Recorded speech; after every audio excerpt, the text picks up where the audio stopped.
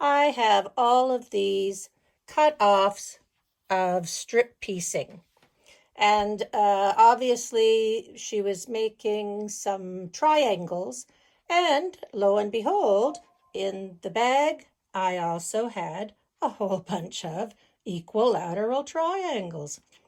So in the bag, there were at least 20 of these 8-inch equilateral triangles. And so not only did I have all of these partial triangles, I had some completely finished ones. So in order to figure out what to make with all of these pieces, I mean, it's nice stuff. I could sew them together on a diagonal and have a square, but I am just going to do something a little different, and maybe it's going to be a bit wonky, but that's all right with me. And so here's what I'm doing. First of all, I'm just making a few of the extra bits that I need by adding strips to the bottom of the already started triangles, because I can make a partial triangle from here to there, and all I need to do is add a couple more strips on the bottom to finish it up. So that's what I'm doing with some of these. I'm just making them into equilateral triangles that are 8 inches. So what I'm going to do, I have sewed 2 of those triangles together to make a diamond shape. And I want to make a 12 1/2 inch block, because that's a wonderful way to do quilt as you go. So I took a piece of newsprint and made cut a piece of newsprint just slightly bigger than the 12 1/2 inch square. And then what I did was I folded it in half crosswise, and I folded it in half crosswise again. So I had kind of a center line in both directions. And then I placed one of the triangles on the paper. Now this isn't going to be perfectly accurate because my triangles are 8 inches equilateral, but they stretch a little bit. They're a little wonky. Some of them are slightly bigger than others because they were made before I got them. So I'm just giving myself some leeway. And what I'm going to do is take a piece of fabric, nice bright fabric, and I'm going to fill in around the diamond shape. Piece here, a piece here, a piece here, and a piece here. And I want them to be a little bit bigger than the 12 1/2 inch square because I'm doing this as a quilt as you go. And I want to have a bit of leeway for when it's quilted and then I trim it back. It's going to be 12 1/2 inches. So it's a little bit of a guessing game for the first one. And this is the first one I'm trying. So I know that I can sew from here to here and have that end here, straight line with that. And then this piece in here will go right up to the top and come down to the bottom here. So I can make templates that are going to fit the space. And sometimes if I look at these a little more closely, it's going to be a bit easier to make the templates. If I did this one and this one first, they are going to go to the top of the page and come only to here. Both of them are going to come only to here. And then the template that comes across the bottom and the top is going to be a longer piece that fills up this whole space and makes the top and the bottom filled in.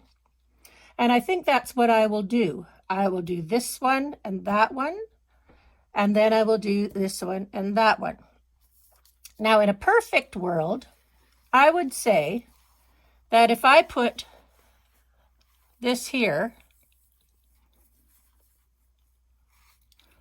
and I cut it off here and folded this back from this corner to that corner, that corner to that corner, that should pretty much fit the angle of that piece of this diamond. And then this piece here should fit over here on this side.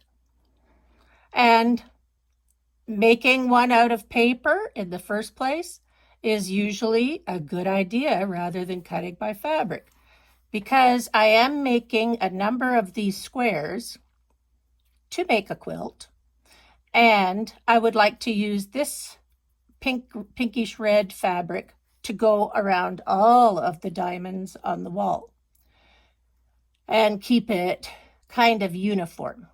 So the first one I'm going to make using my piece of paper here, so it lines up with this line, and up here from there across, no, from here to there and down to the bottom. I guess I should go down to the bottom here and up to the top there. It might be duplication, but I think I might do that instead. So I'm going to measure this and draw out a pattern, and or I can just use this one, can't I? I will just use this one because I've got it right here.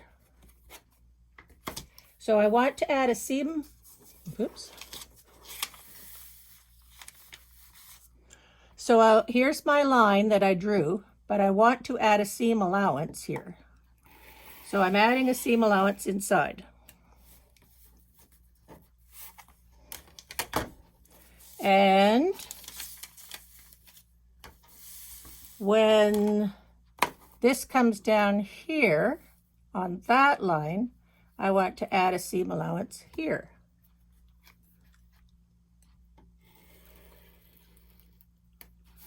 And that should be, oh, darn, I cut the wrong one. But anyway, we could do it this way. I do these two, and then I could do those two. Doesn't make a difference to me.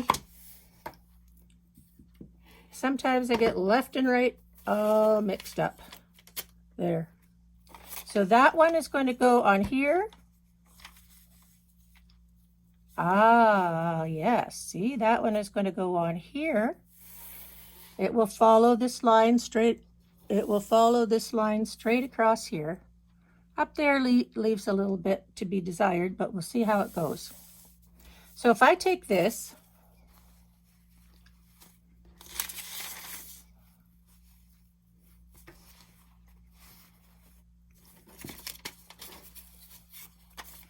and place it here, on here, I should trace around it first, but I'm going to take my thumb and just put it here. And if I put this one here on this side, I should be able to just do a diagonal line cut down there, and they should fit. Now, how long is that? Where's my big ruler? All right, we're good. So let's say I make my first piece of fabric 12.5 inches. And I cut it at 4.5 inches wide because I wasn't quite sure how it was going to work. And now I need to do a long diagonal line from the top to the bottom, like so.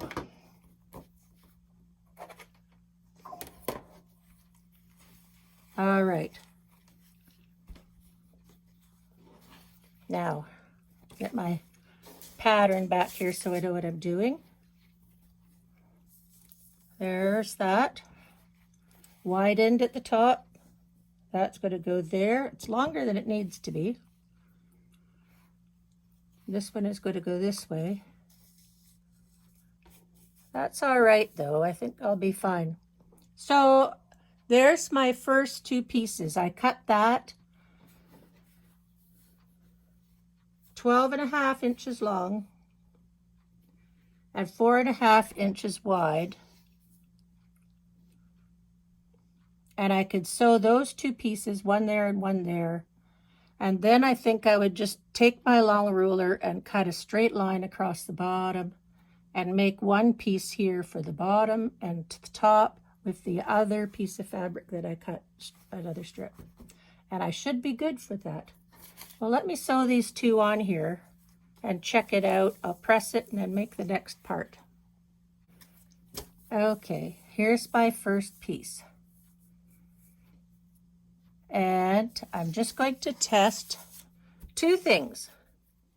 With my 12.5 ruler, I still have to have fabric on both sides so I have something to trim off later, and I've got that. So now that works fine. That was 12.5 inches long and 4.5 wide. I need that extra piece here because these points do not come to the corner.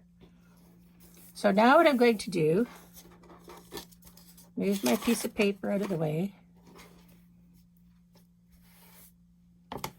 Just going to take a straight edge and cut that bit off and cut that bit off. And likewise on the other side. So now I have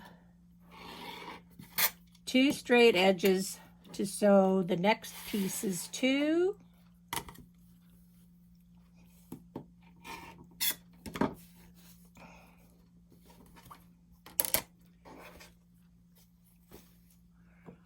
And the next two pieces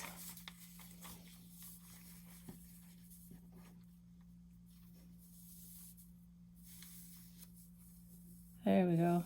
That's going to go like that. The next two pieces I want to make sure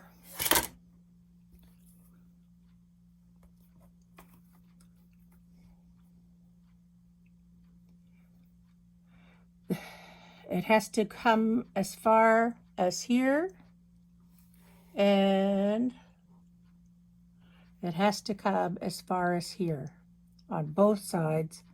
So I know that is longer than 12.5 inches. That is an extra inch. That's 13.5 inches. And am I going to be able to use one strip to make two here? I'm not sure. If I make that 13 inches, that's going to go there, that's going to go, no. No, I only have a little strip left here. So I need to cut two pieces the correct size and sew them on. Top and bottom, I can't do the same fold over technique that I used with the sides here. That worked fine. But just because of the size of these blocks, if they were another inch bigger or so, which I could have done, but I didn't. Didn't do that when I started, so I'm making it up as I go.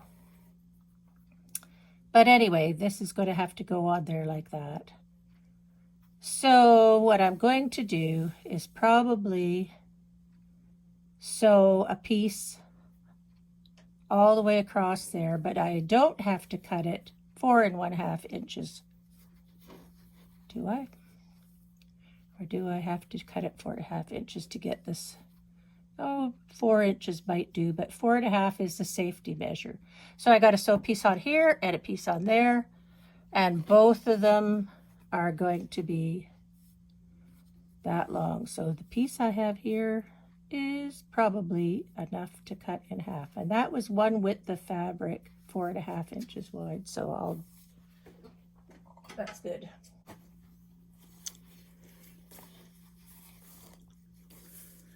So there's my piece without being trimmed. Let's take the paper out now. Take my 12.5 square, and you see the diagonal line on here is going to be an important factor here in making this kind of straight.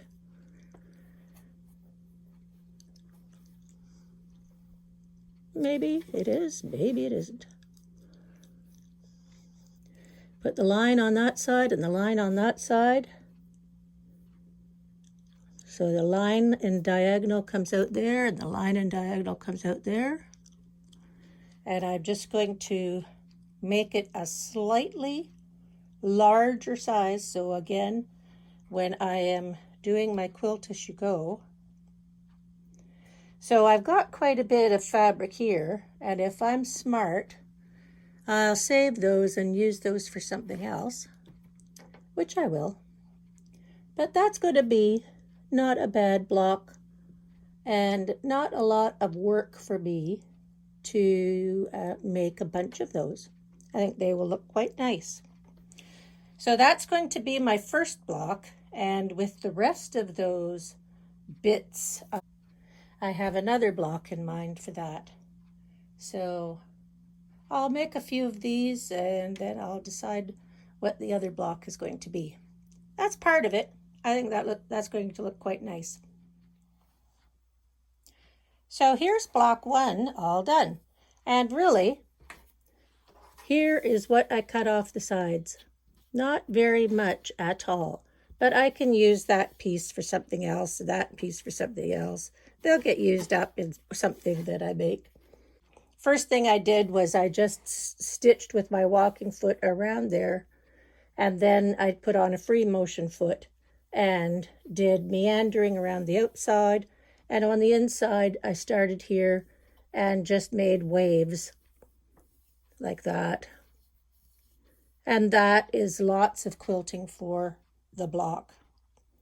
So there's first block made from all of those strippy triangle bits that I received. And there's lots more here to make more. Okay, now I'll show you what I'm going to do with the rest of those bits to make the alternate block. With a 6-inch square, and what I'm going to do with these 6-inch squares, 3, 4, there we go. I'm going to do 4 at a time. And that's a 6-inch square. And so what I'm going to do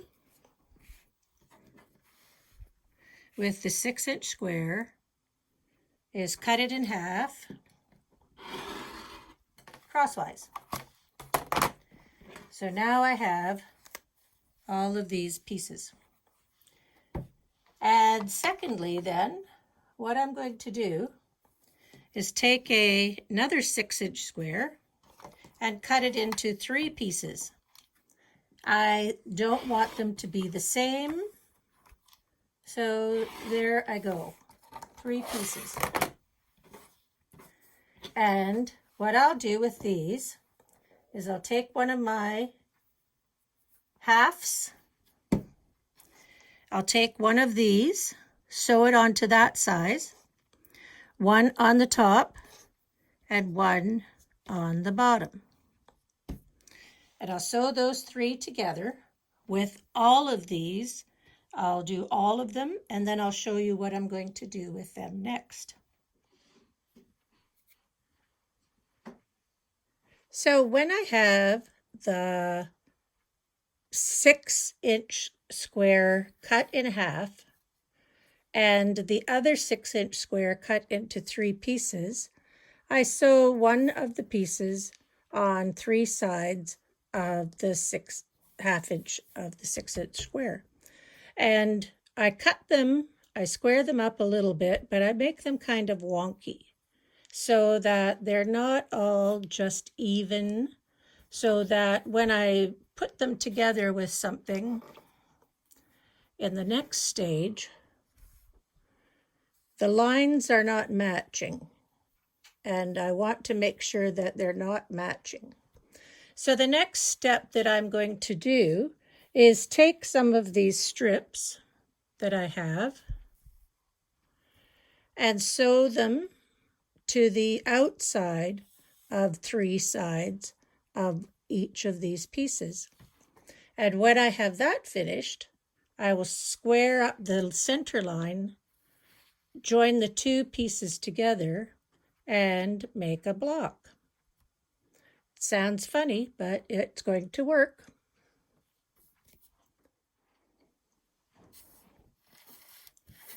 So when I have this sewn onto the side of one of these, I just trim off a little bit of extra along the side, and then I'll press it out. Then I'll press it out, and when I have it all trimmed and pressed, I can trim away some of this part here because I don't need all of that. Some of this I can use over, maybe across the top or across the bottom.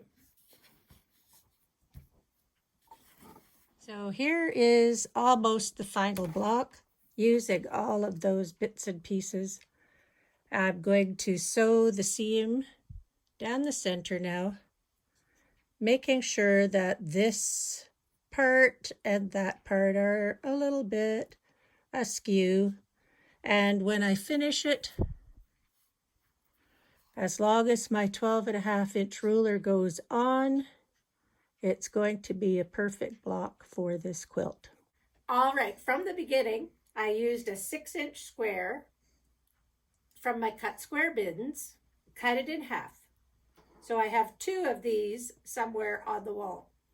And then from the another 6-inch strip or square, another 6-inch square, I cut these 3 pieces in different widths so that they were a bit wonky. And I sewed them 1, 2, 3 onto the sides. Then I trimmed that, made sure that the edges were straight. Then I went to all of these bits and pieces of triangles left over from some strip piecing project, and I made on the outside a strip of fabric joined together, and then I put one on the top and one on the bottom. So each of the squares that I have made have utilized those cutoffs from that strip piecing, and two 6-inch squares. So what I've done with the pieces, I'll take this one off the wall and show you, is I took a piece of batting and a backing, and what I did to quilt this was I just used my walking foot and went around the lines of this part in the center. It's like an open book. And then all I did on the otherwise is just made a row around the outside. And that, for that a 12.5-inch square, that is enough quilting. And when I have all of the pieces done for these, which I have still got 4 squares to make, and the backs of all of these are some family of green. They're all scrappy bits of green. And so when I had these other triangles that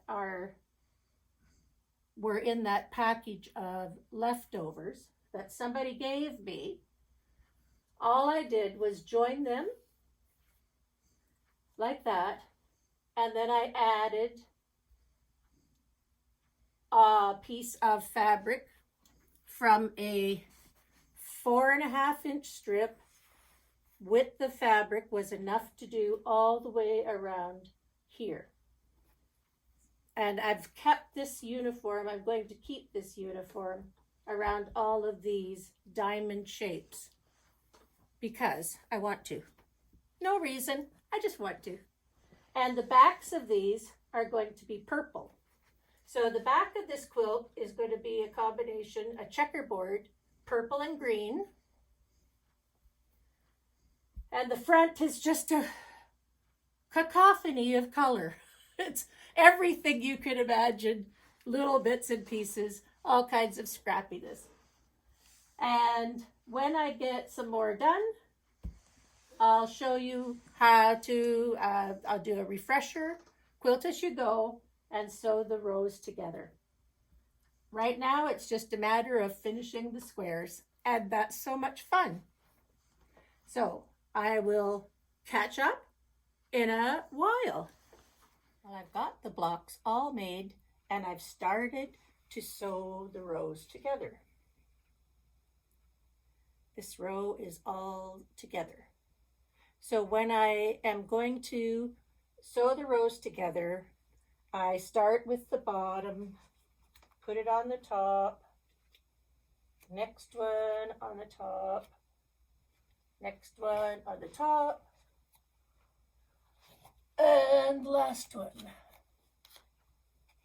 on the top, on the bottom. There. So I gather them up in the order that I want to have them sewn together.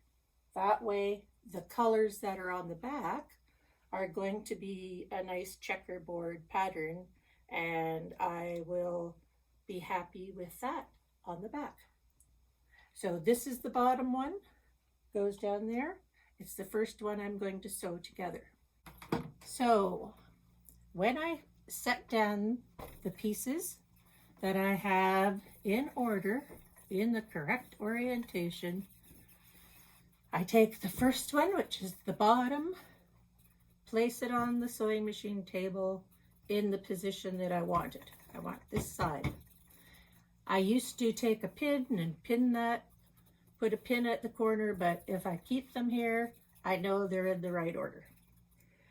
The strip of fabric that I'm sewing to the top is 1 3/4 of an inch, and I've pressed it in half, and that goes on the top. The strip that is on the bottom is 1 1/2. 1 1/2. And I put the right side of that fabric to the right side of the back. I layer them together, all of the raw edges at the side. Now this is the size I use for my walking foot because I think walking foot for other machine might be a little different in size. So this is the size I use for my walking foot. I put the edge of the walking foot at the edge of the fabric, and I sew this piece together. All these strips align at the side, and I hold it together and stitch it.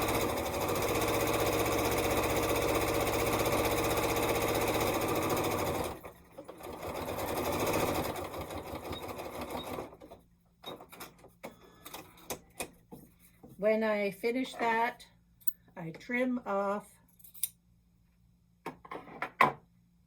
Then I pull the one from the underside out flat.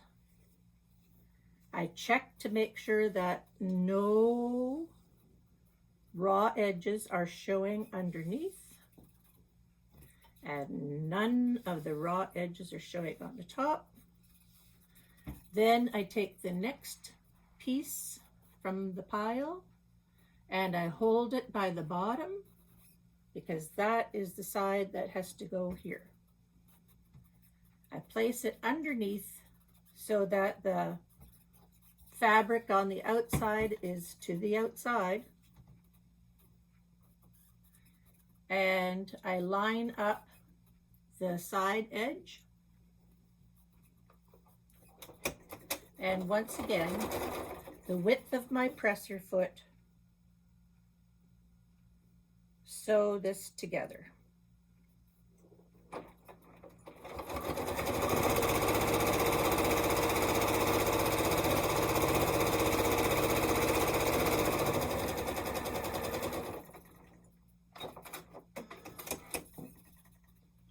Now I open it out, two together, place this under the presser foot once again, and I fold these little flaps all nicely nested together, and this edge should sit right on my piece of fabric. I shouldn't see the seam below it. It's going to just cover it.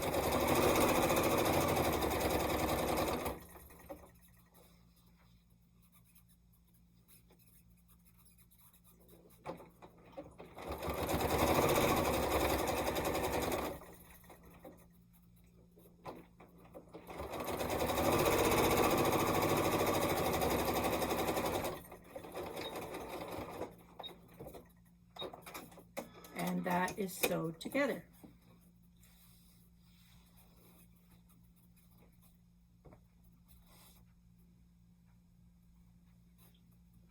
Now I'll sew on the next. So the strip underneath, this is the backing that's quilted. Line up the edges. Here's the strip at the top with the folded over.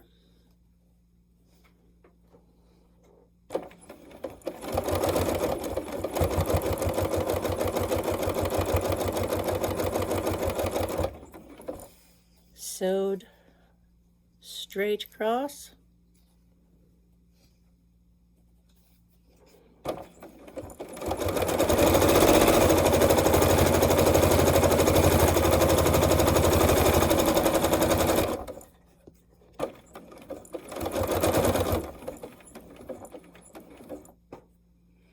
And back stitch.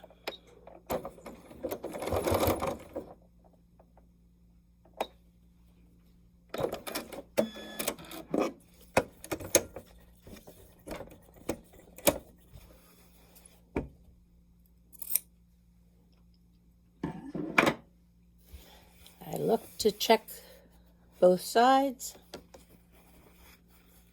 No raw edges showing. I bring the next one, put it underneath, put this on top,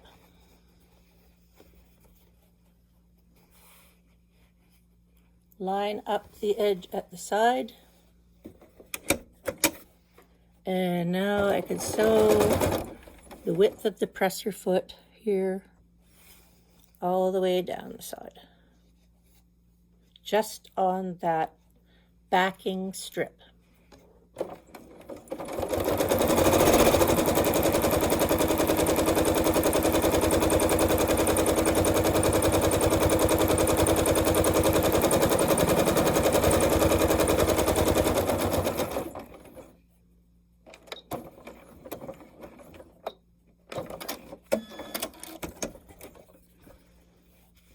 I open this one out. So here's the seam right here. You can see that. I fold this flap over the top. You see these meet just nicely in the center. I fold that one over and stitch down the side.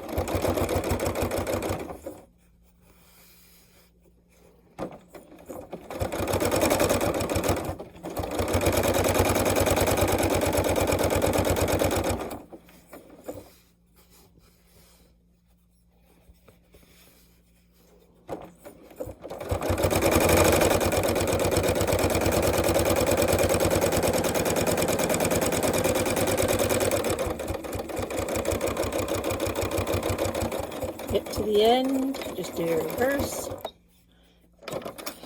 and that's sewed together. And when I'm doing the long seams, it's exactly the same way. I check the back, do quilted sections here.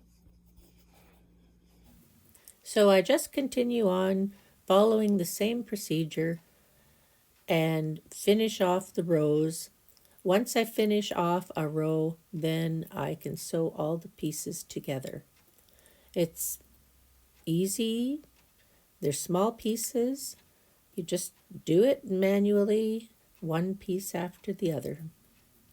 And all of those little strips are good joiners. If you don't like one, it's easy to take one out rather than a whole row out. And it certainly is a convenient way to quilt.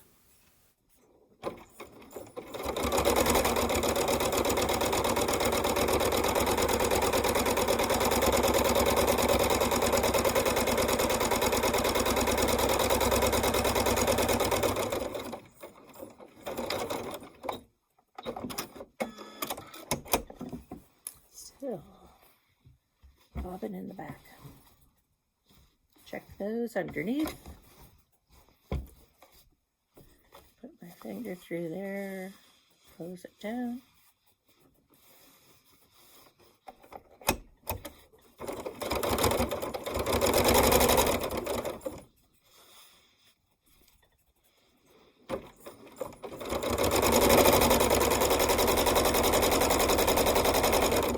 There's always a tendency, I think, to pull this apart really far, but I think you need to just sort of nest it all nicely together.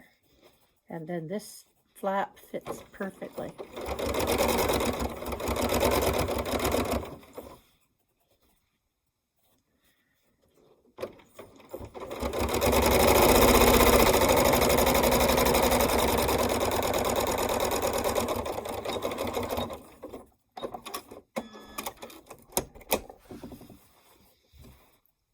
Across two of those nubs joins and just nick off the little end that I leave. Not much. And before I put this one back up on the wall, I will sew the long strip to go here to join the strips together. And once I have that strip sewn on here, I can join this side here to the previous one that's already on the wall finished. It's just a lovely process.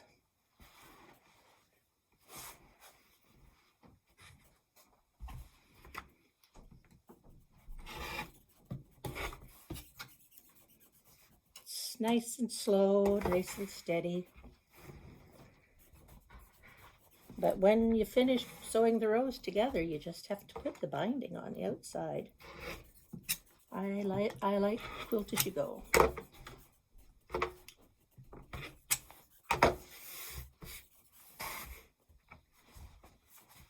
See? All sewed together, I'll just put the strip of sashing on the side. Then I can join this piece to the one that's already on the wall.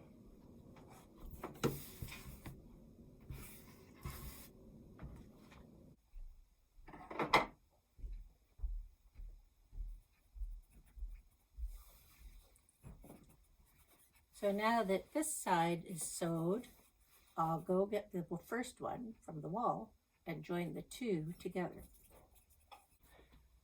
So here's the first one. This is the wrong side.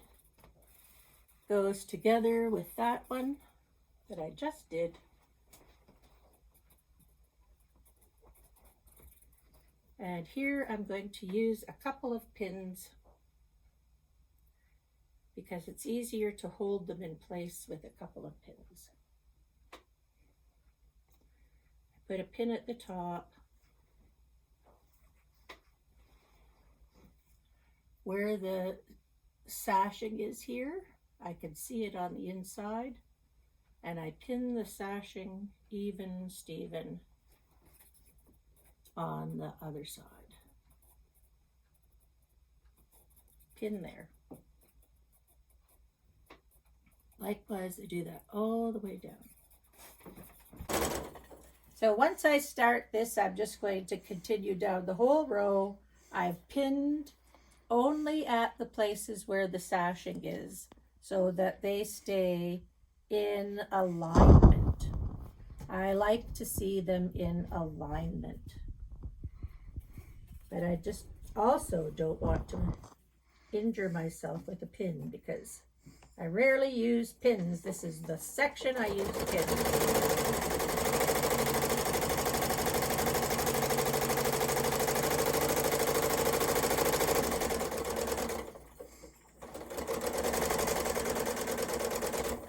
When I get to the pin, I take it out. And I take my hand down here to the next pin and hold it, keeping all of this to the side over here. So this is the only thing I'm sewing.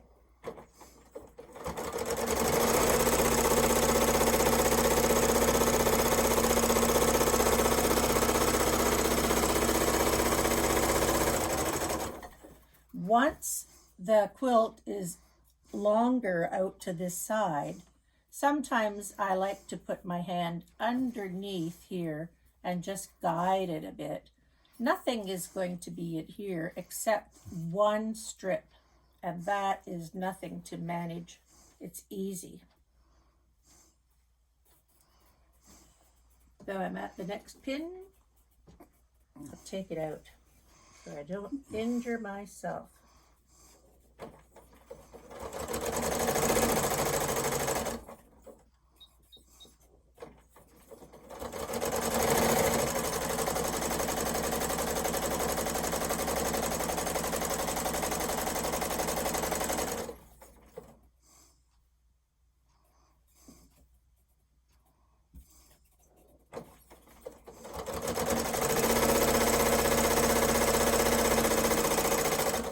The next pin, take it out.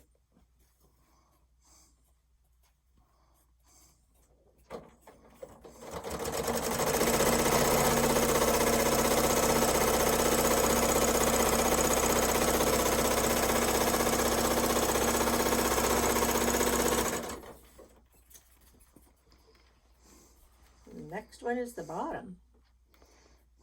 Doesn't take long.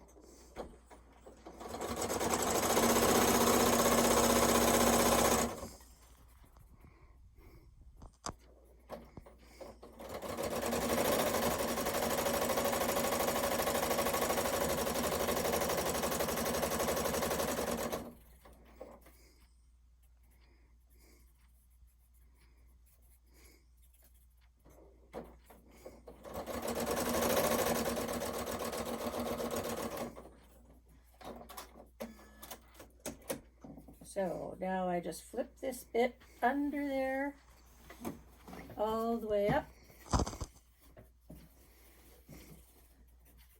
And you see what I mean? The only thing is over here is the last piece, even when there's 6 more joined up to this side. The last piece is the only one, and that's 12.5 inches. And it can fold over once if it's too long for you to manage. That's what I do. I fold it over once. But again, here I am. I'm just going to sew this, fold this over.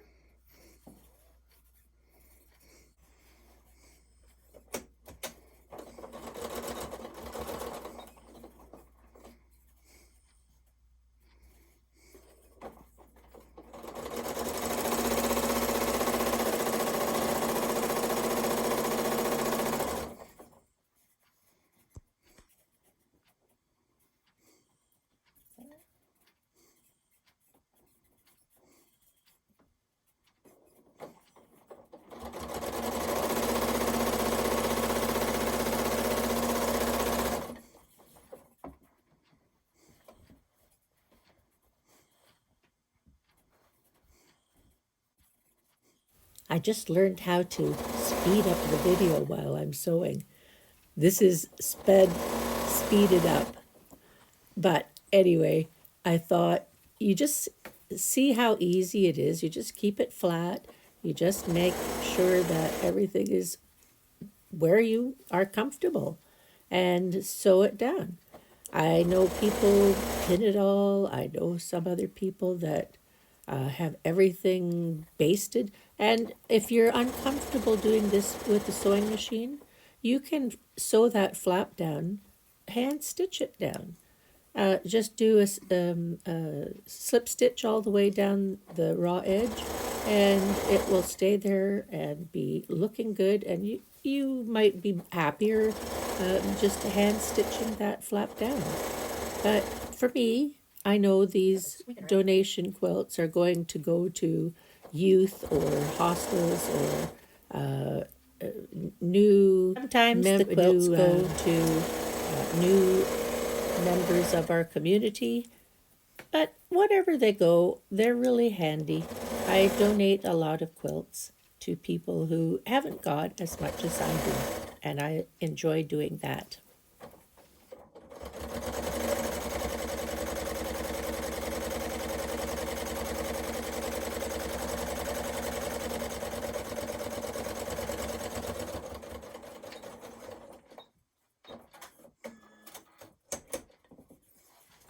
And I'll just check the back, make sure everything's sorted, and I'll put it on the wall and get the next pieces for the next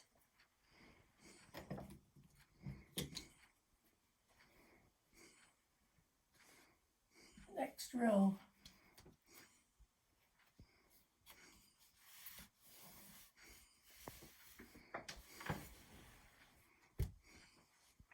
Two rows done.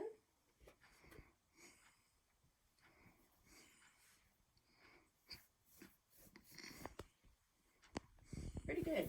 I like it. So here's the finished back. Lots of color with all those green and purple blocks. And I did green sashing.